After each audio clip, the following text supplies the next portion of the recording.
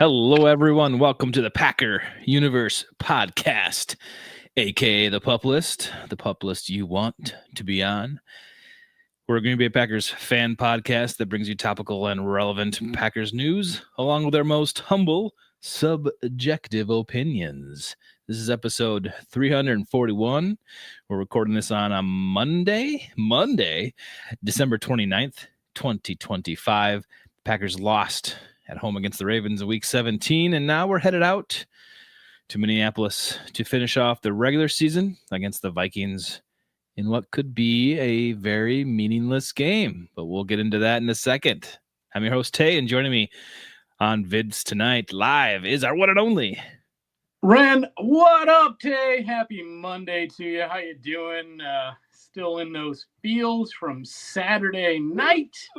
Saturday. Oh yeah. That was 2 nights ago, Ren. It just seems like an age ago, yet it seems like it just happened, where we lost to the Ravens, a game we really shouldn't have. The defense was a sieve. Derrick Henry just bulldozed right over us. I don't know. You can remind me of the records he set. Crepes, just like the Packers. Hey, to give them a make-right game. Henry, is this your last year? Maybe not, but if it is, we got you covered. No, definitely not his last year, Tim. I mean, this guy is definitely going to play next year. He's got a lot left in the tank. Clearly, we saw it. He's had a pretty solid season regardless. Not that kind of solid season. I mean, 216 yards, 4 touchdowns, Tay. That's an all-timer. And it brings shades of Raheem Mostert running all over the Packers, i.e. Playoffs 2019, I want to say. And the Packers did not have a defense. Later that offseason, they would bring in the Smith Bros, and Aaron would whisper, "We have a defense," which they really didn't have. But no. They had a better defense than how that went out in San Francisco, i.e. Santa Clara, against the Niners at that time. But, man, I don't know, reliving that thing, and when you kind of just think back to it, what an abysmal performance. I mean, they had one thing to do and one thing only, and that was stop Derrick Henry. And they couldn't. And this is a team, the Green Bay Packers, that's been lauded all year, praised by everyone, same word, different way of saying praise, but for being one of the best tackling teams in the NFL. And where were they all? I'm not sure, Tay, but none of them really wanted to tackle that man, Derrick Henry, 22, because they were afraid to get hit by him. Especially 24. What's that? Especially our boy Valentine.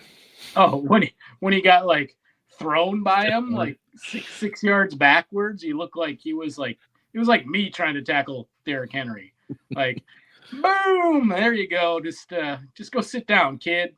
You're not ready for this. So it was, when you talk about games, Tay, and you look at the full output by the Baltimore Ravens on the ground, 300 plus yards, as many were saying after the game, a 300-yard passing output is incredible Sunday for any quarterback in the NFL.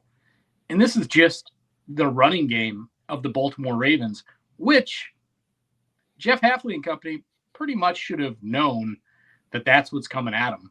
And they did to a point, but they couldn't stop it. Like I said, they couldn't stop a nosebleed, Tay. And, it's just hard when you're trying to still play for something to see the performance by number 2, Malik Willis. What a game. He had 156 quarterback rating, something to that end. Some of the passes he made were amazing. Those long handout, tuck back in and run to the corner. Just great on those pieces. And to come up with that result is unfortunate when your defense couldn't do anything.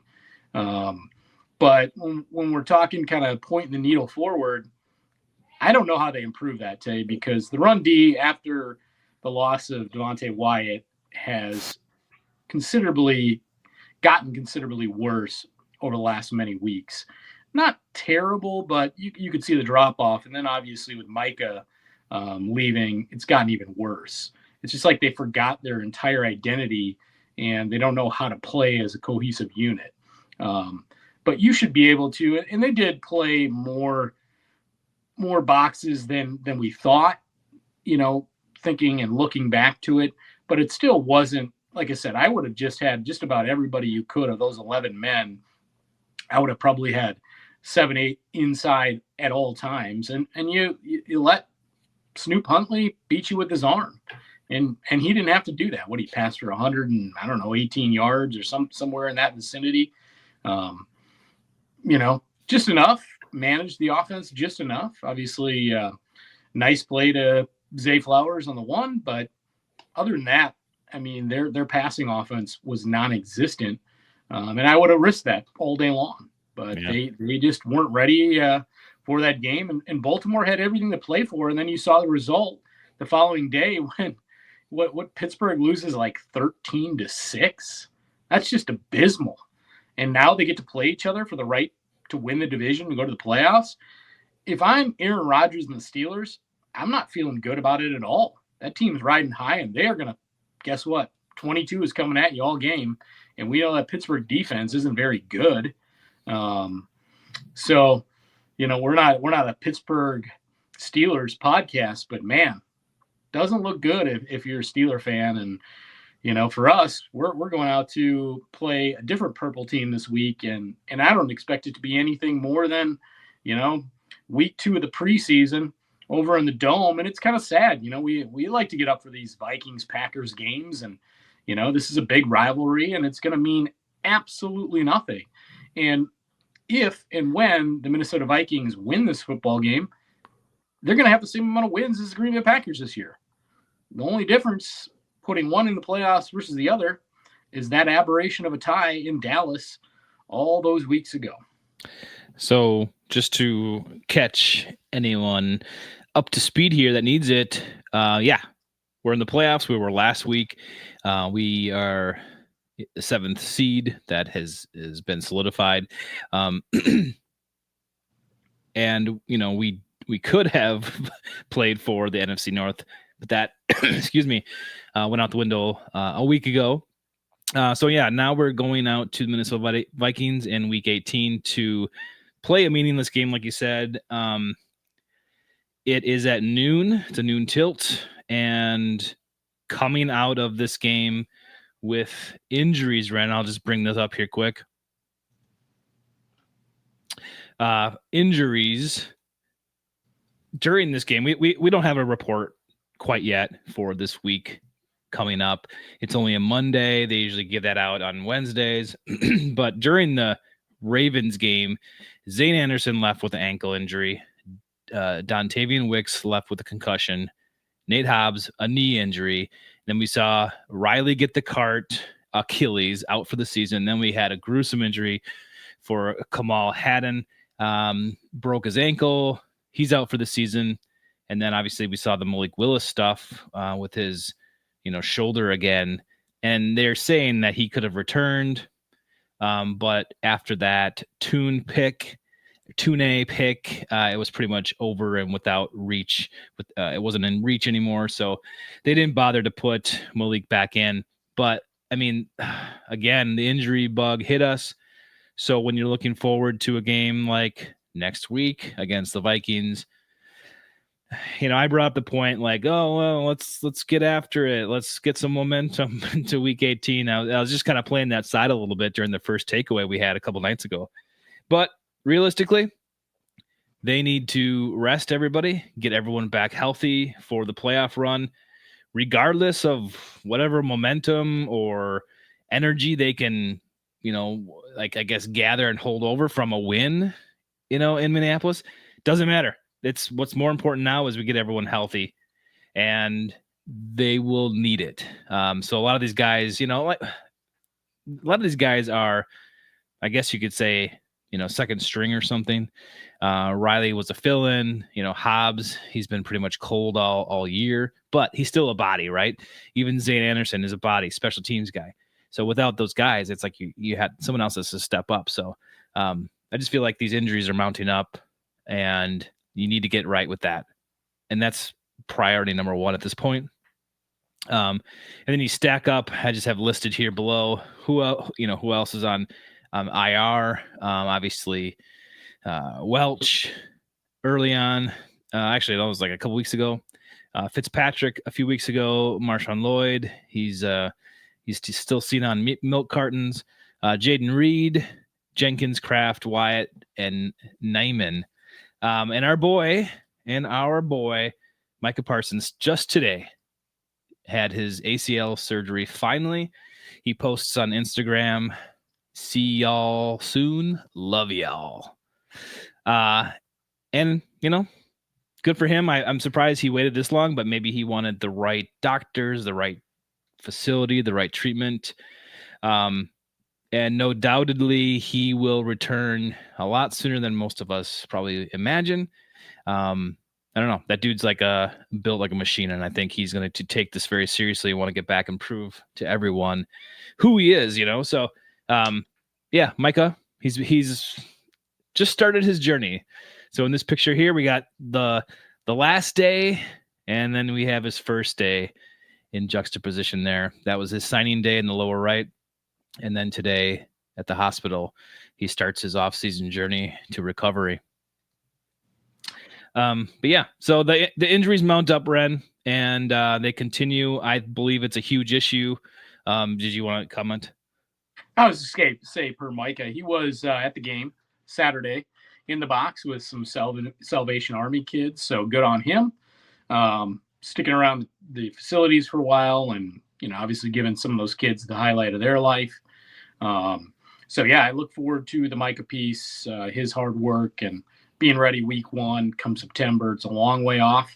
But maybe by that time, we're not going to have to, be every prognosticator's, pick from the NFC to go to the Super Bowl. Maybe we can just quietly, just go in as a contender and maybe make some noise that way this year, because it seems the last 2 years after the big time game in Dallas and then the great game ultimately ending with the bad Jordan throw in San Francisco that year, kind of put the Packers as, I'm not trying to write the epitaph here yet for the 2025 season, Tay, but the reality is I think the Packers will have a better chance in 26 and then in 25, and I think Mike will be ready to go pretty soon, be it week 1 or a little thereafter. Maybe he goes on the PUP and you see him week 5. But, thankfully what we heard a couple weeks back was that it was a clean ACL tear, which makes it a little bit easier to come back from a little sooner. So we hope that's the case. And we hope, he did take his time picking the right doctor, the right place and time to get that thing done. And on he goes. I think from my point of view, I'm not about to make excuses for this Packers team. In fact, I'd like to put it on the coaching staff and potentially the GM here. But, once these injuries started mounting up this year and you see guys go down, it just seems like there's this next man up mentality, but it just doesn't seem to be taking place. And with Micah going down, you saw a huge drop off. When Wyatt went down, you saw a huge run defense drop off. And that was significant. These guys made a difference. They made your team better. They made everything better. And once that happened, it was a drop off. And it's not an excuse when there's a literal reason for something, right? And I just don't think our coaches and, I guess our GM to supply those players have done enough to fill those gaps and to fill those voids to make this team go forward. It's just the truth of the matter. And you can contrast that with teams like the 49ers last night, who ended up beating the Bears, and they've gone through significant injuries this year, but they seem to always find a way to win. But I do want to interject there. Yeah. Great game, super entertaining game. But let's be honest, I don't know if defense was played in that thing at all either, Tay. True. From either sides of football. Well, I should say from either team. Even the Ravens game. I mean, all of a sudden it looked like a shootout, right out of the gate. It's like, oh crap, score, right? But then the Packers make mistakes, and then they're behind. They go for it on 4th and 1. And what was that in like the first quarter still? And you're on your side of the field, and it's like that's how you lose games, Matt. That's what you do to lose a game. And it's just like when it's going to shoot out, what are you doing? That particular play has been picked apart at the 4th and 1, where they're running that play, Tay, out of the shotgun. Yeah. And you just can't do it. And that's why it got picked apart. That's why Matt LaFleur can be so great and then also be criticized massively at times for just what seems like a boneheaded play call. You don't do that. I mean, you have to be under center and push right up through the thing. Or in that case, there was an RPO option, go with the pass. And as people said, had they wouldn't even be talking about it because there was somebody wide open in that option. But again, don't run out of the shotgun, Matt. Don't be too smart for your own good. Everybody could see it coming, and that's why they did not convert today. Everybody knew it was an inside zone run, and guess what? Stop. Dead on. How many times has that happened this year? Like probably at least a handful of times where you saw like, oh, you knew that it wasn't going anywhere. You knew the defense sniffed it out well ahead of time. And that's, I guess, what I'm talking about. It's like we can see it from our couches. Like it's not hard to like be confident in your 4th and 1 calls. Everyone does it throughout the league. You see tape of teams doing it constantly. Everyone's going for it on 4th down now. So I know maybe that's like a incentive for you to do it, but not in your own territory and not when you're not ready for it. I would rather have them take a timeout and get that play right. I would love to see also what they're practicing during practice. What plays are they running, these 4th and 1 plays? Because it just seems like they're out of their league. They're playing JV against varsity when it comes to fourth down plays. It just hasn't been successful at all. I heard you say just go to timeout and come out with a play call. That's always one of my scariest things. Generally, when it's a big time moment and they go to the timeout and come back in with a play call, it usually doesn't work. And I hate it. I'm like, oh God, this is not going to be a good play. So I just keep going as far as sped up offense in those situations. Don't let a team, switch out players and substitute. Just pound it at them really quick, snap it and go. I do like the hurry up stuff they've been doing. It gives them too much time. Yeah. And some of their quick offense has been awesome. I liked it, but you can tell when it's not in rhythm. You can tell when it's not being implemented correctly. And maybe that's some, of the Malik Willis thing, not being able to practice with this team and yada, yada. But that comes down to coaching and preparation. I just see a lot to be desired for this Packers team in general. And maybe it's getting some of these guys back, some of these starters back that can return in 2 weeks to play in the playoffs. And it's probably going to be, I guess we could say it's going to be against the Bears or it's going to be against Philly. I'm going to tell you who it is in just a minute. So, and you kind of know who your opponents are. So, yeah, this Vikings game is a little bit meaningless. Like you got to rest your players that you can to get them back healthy. Like Josh Jacobs, we should not see him next week. Probably shouldn't see Jordan Love, and some of these guys. And prepare for 2 weeks. Just look ahead. Christian Watson, Edgerrin Cooper, Evan Williams has been banged up. I mean, just a list of guys. Yeah, you should not see any of those guys. And again, there's going to be the detractors. And I even heard some folks on the Packers beat saying you just need to get some momentum, get a victory, get some positive feels on your side.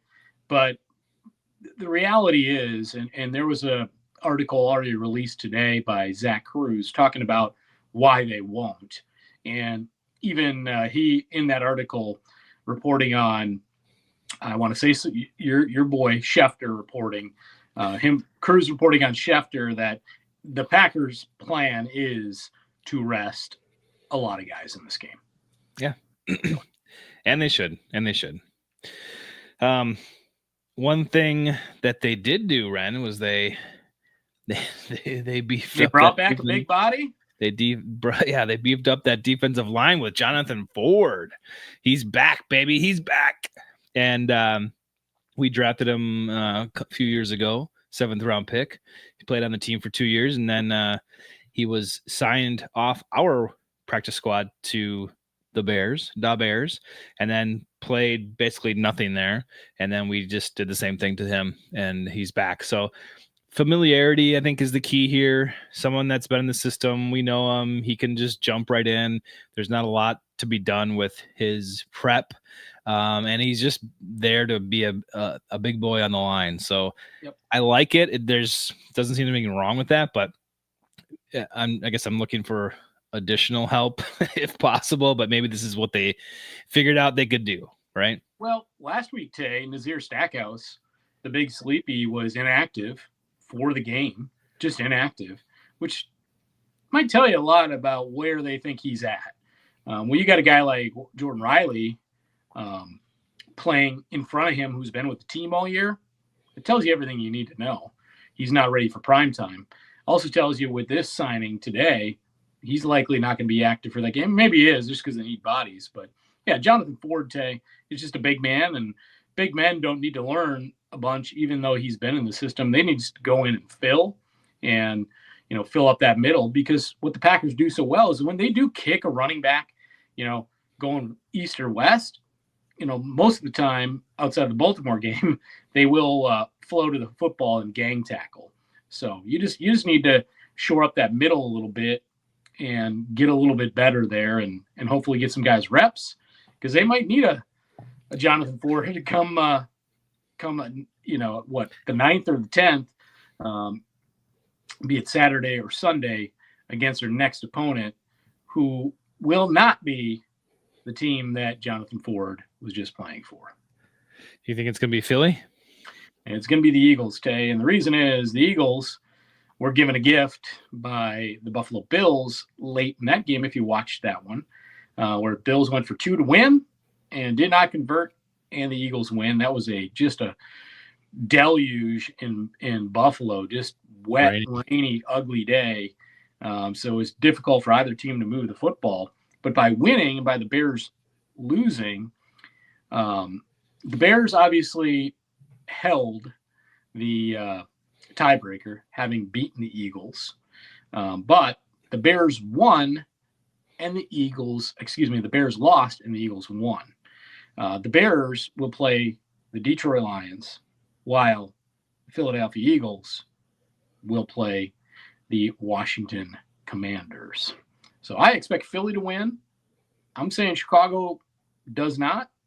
And ultimately, as a result, if you want to look at the records right now, you'll have to tell me, is Philly up on the Bears with wins versus losses?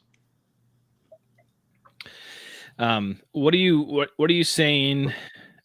What's going to happen with the Bears against the Lions here?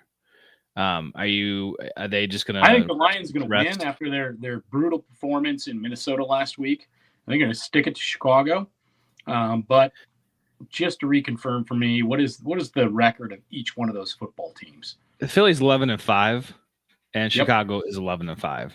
Okay, and then obviously Detroit is 8-8 with Minnesota right now, and we'll soon be 9-7. But 11-5, Chicago 11-5.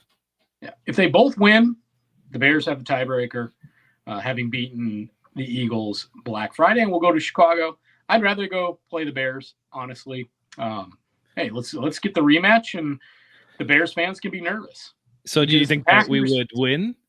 The Packers would have nothing to lose, and the Bears, especially their fans, everybody else, they got everything to lose. So at that point, you just get to play spoiler, and why not? Going to Philly is just a tough place to play, and I'd rather not. Yeah, I mean, I would love to go to the Bears in the first round of the playoffs and do a revenge game and beat them. And I think it's possible. I really think it's possible. But Yeah, most likely scenario, we get a situation that we don't want, and that's going to Philly. I think we'd like to just go all in because most of us are probably thinking the Packers aren't going to get out of the first round anyway. So let's try to make it for all the marbles, put all the chips in and go against Chicago. That would be epic, right? They're already talking so much trash to the Packers, yada, yada, yada. It's like, okay, you guys have your little time in the sun for a little while, but I don't think you're making it to the Super Bowl personally, but we'll see.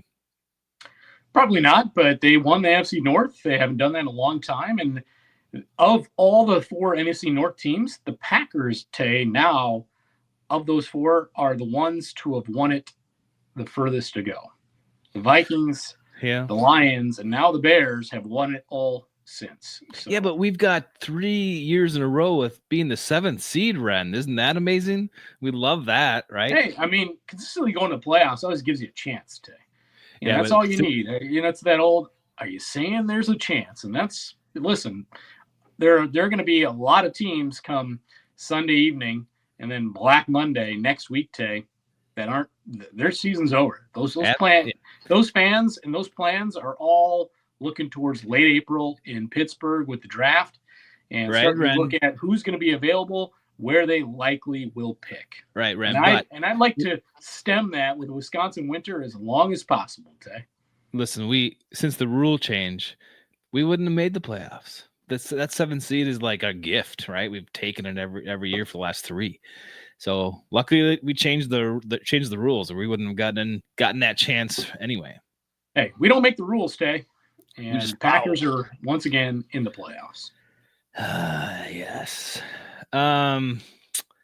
Let's see. We got injuries. We got the one roster move. Yeah, I made this little ditty up, so I'm gonna push the preview now for the Vikings, and we'll just talk a little bit about that.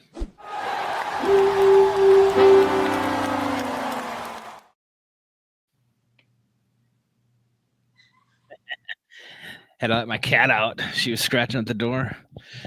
You just gave up to everybody out there watching the universe, Tay, that you are a cat guy. Yeah, I got 2 of them. This guy got 2 dogs over here. That's all I'm saying, Tay. Cat guy over here. That's right. Tells you everything you need to know about Tay. Yeah, you get the Browns, and the Panthers right here. Hey. All right, Ren. This game is, like we've talked about for a little bit, kind of useless, kind of meaningless. We have to play it. We're going to play it. It means nothing for our playoff, determination. We've already got that. Basically, the only thing we want to do here is rest up players that need rest and don't risk players that we need in 2 weeks. Vikings. So it doesn't even matter like what they do, who they've got, who we're playing. It doesn't matter. This is a glorified preseason game. Yeah, it'd be nice to see some faces, right, that we haven't seen in a long time. Like shake some hands with some Aaron Jones, Yeah, maybe swap uniforms. Maybe at halftime he can play for us for a little bit. Whatever. But this may be his very last season in Minnesota too, Tay. Yeah, probably. But I expect we, to see some of these guys that are buried deep on the bench that we haven't given time to. Because if you go look at the snap count, some of these guys are like at 0. And so it's like, so I'm expecting finally to elevate, like we talked about, Quentin Bohanna, right? Defensive tackle. He's just been a scratch the whole time, like the last 4 weeks. So get that guy in there. Who cares? Let's see him play. See what you got. Yeah, they had Baron Sorrell inactivated last week, and shoot, we might have seen Rashawn Gary's last home game at Lambeau ever last week. That's going to be a big offseason talking point.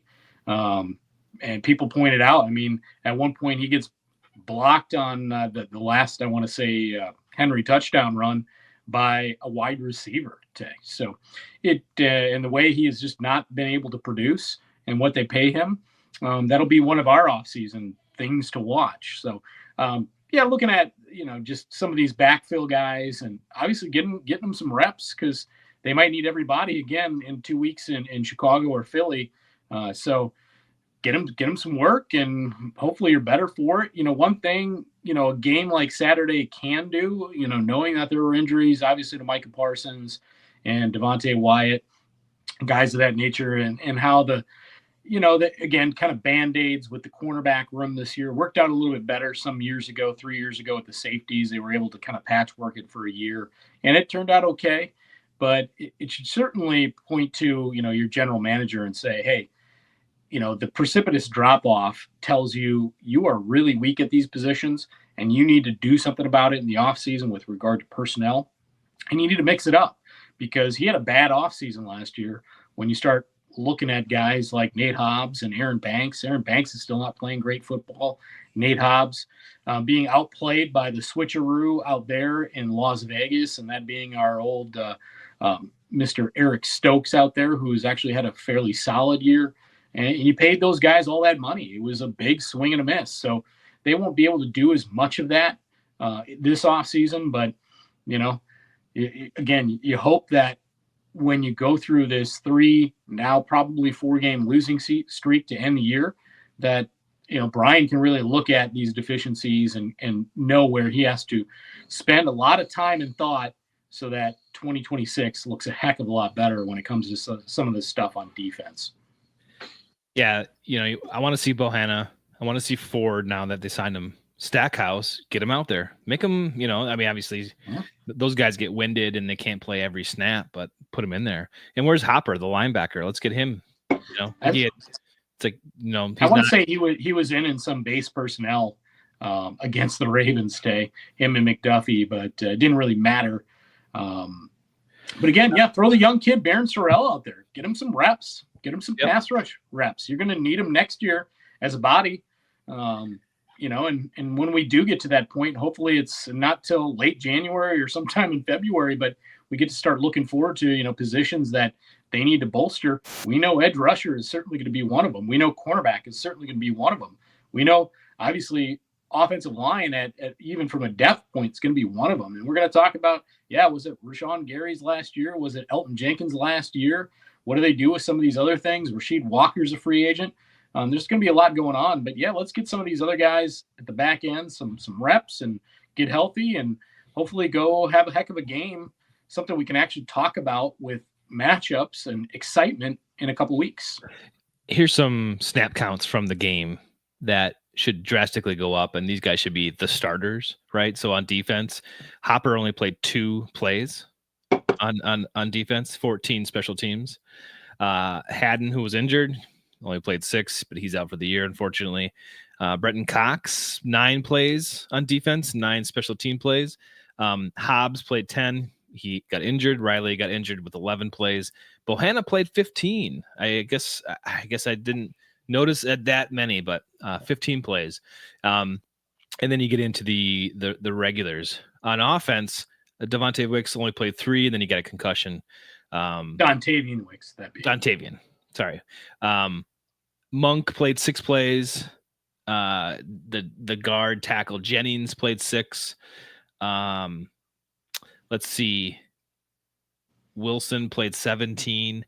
Melton played 17. And that's something. Let's talk about him really quick. I mean, he's out there playing wide receiver when they started him as a CB this year, but have given up on that. Like they just decided, like, no, we need him on as a wide receiver, although they have some back, more than they probably need. So I don't know why he's not playing CB. Maybe that's just not he's just not up for that. But with Kamal down now and Hobbs out, they're super thin there, Tay. So he better have both hats on come probably Sunday for him, and definitely in the playoffs too. So then when I get up to Golden and Dobbs, Golden played 25 plays. Dobbs played 27. Christian played 29 plays. Golden, I think I saw him running in motion once, and then I think that was it. I don't even remember him playing, but he was out there for 25 plays. That's strange. That's odd. It's like this guy. You see Luther Burden for the Chicago Bears balling it out, being part of that offense, catching balls, making plays, being a part of it, right? Where's Golden? What are we doing with Golden? Doesn't seem like very much. So what is that, Ren? Like, is that he can't do it, or they're not game planning, or they don't have trust in him or confidence? But that's strange. So he's a guy. Put him in the wide receiver 1 spot this weekend against the Vikings and see what happens. Like, just put him in these scenarios. I would. That's a great point. And I think some of it's just the Packers have just kind of been very conservative, brought him along pretty slow. Obviously, did have that lingering injury for a number of weeks there towards the back end of the season. But yeah, he needs the reps, and let's get him going. Clayton Tune was his quarterback at Houston at one point in time when he played at Houston and not at Texas. So, maybe it'd be some Tune to Golden action Sunday afternoon in the Dome, Tay. Yeah, I don't know. That'd be awesome. I just want to see some of these guys play that don't get a lot of playing time. You might as well do it. Here's your chance. Here's an actual live chance to do it. But that's pretty much all I've got, Ren. I'm not even going to predict this game because it really doesn't matter. This is literally a preseason game. It has no consequence. If they're going to lose, the Vikings will win, and we don't even care. So it's just there. It's just there on the schedule. So it is just there today. I mean, the Vikings at one point late in the fourth quarter on Christmas Day against the Lions, they had -6 passing yards and had 6 turnovers and ultimately win this thing, Tay. So the NFL is weird. You never know, but it would just be the Packers. Like, they don't roll anybody out there.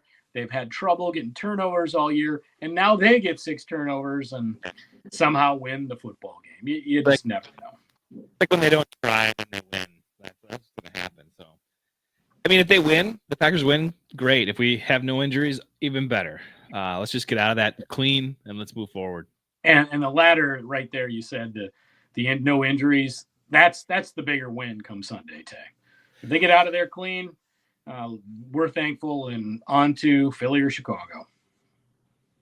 Looks like my eggnog is done, so that means the episode is finally complete as well.